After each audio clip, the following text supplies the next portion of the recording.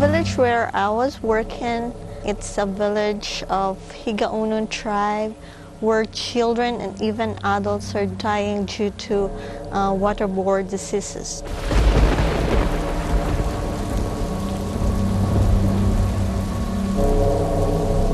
When we were at the cemetery and we were at the 2-year-old's coffin and we were wondering if, maybe it was the first kid that the people ever had and it was their only child that died, or had they lost any more since then.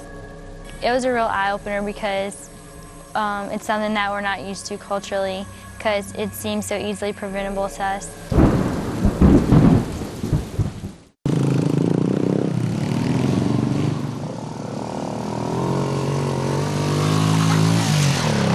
Some of the villages that we go to are extremely remote and trucks can't get there. You have to go by motorcycle. Sometimes you're hanging off the side of a cliff with the motorcycle, you're right on the edge.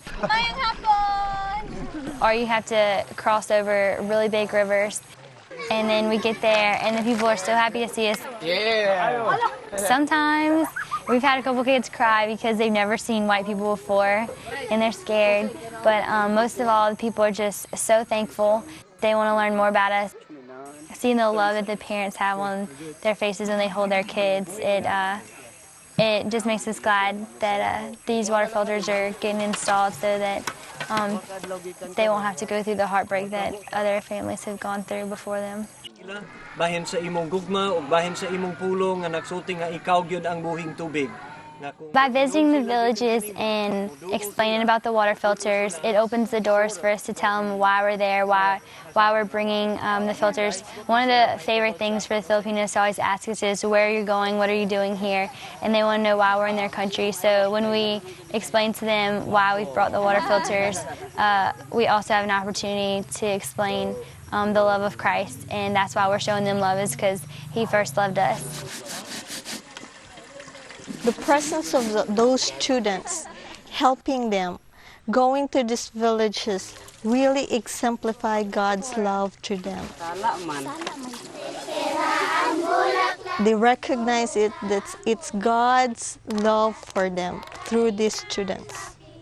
And now Jesus has changed my heart. Something that we all struggle with is, am I smart enough? Do I have the right background? I'm not Christian enough for this. That's something that I definitely struggled with. Thank you for welcoming us. It finally just comes down to, are you willing to be obedient? Because none of us have arrived. I mean, I just grew up in a really small town, and I'm just majoring in dairy science, and I feel like that's, a pretty simple major, but it can still be used for big things. When you help people to provide for themselves and their family, it's showing love, and then it gives you a door to share the gospel. And so I don't think that I'm anything special really at all, but I just decided to be obedient to God this summer. I think that there's no greater call than answering the one that Jesus has already called all of us to.